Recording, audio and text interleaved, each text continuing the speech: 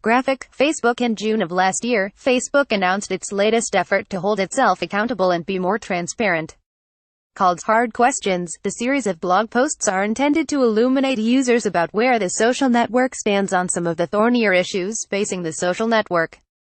But how hard can a question really be when you get to both hand select it and take as much time as you'd like to formulate a response?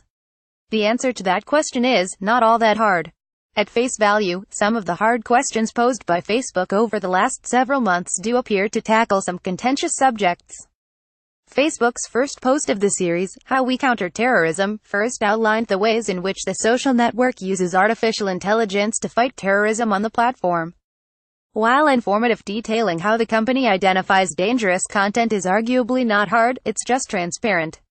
The first hard question was also not a question.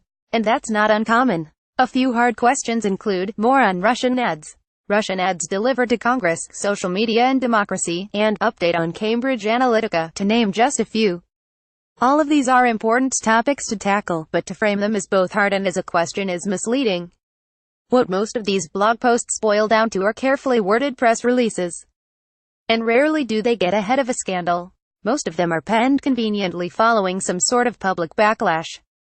So your kids are online, but will they be alright? Was posted a few weeks after former Facebook president Sean Parker voiced his concerns about the consequences of the social network he himself helped build.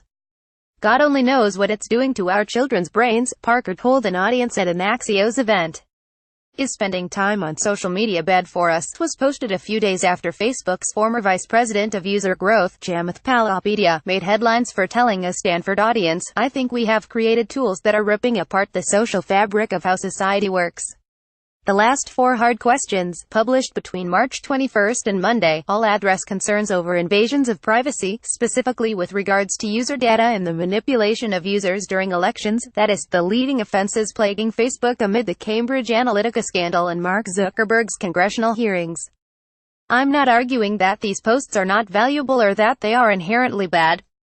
Any transparency and culpability is meaningful, especially from a company that has failed so impressively at protecting the privacy of its users. But it's laughable to characterize these posts as hard questions when so many of them are rolled out to absolve the company of poor behavior already making headlines. Here are some truly hard questions we'd like some answers to. When was the first time Mark Zuckerberg had a hunch his platform was being used for foreign election interference?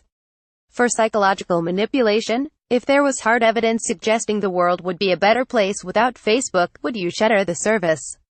Also, why dry toast? Luckily, Facebook's line is open. You can send your own suggestions to hardquestions@fb.com. Or you can just give them to us and we'll make sure they make it to the right place.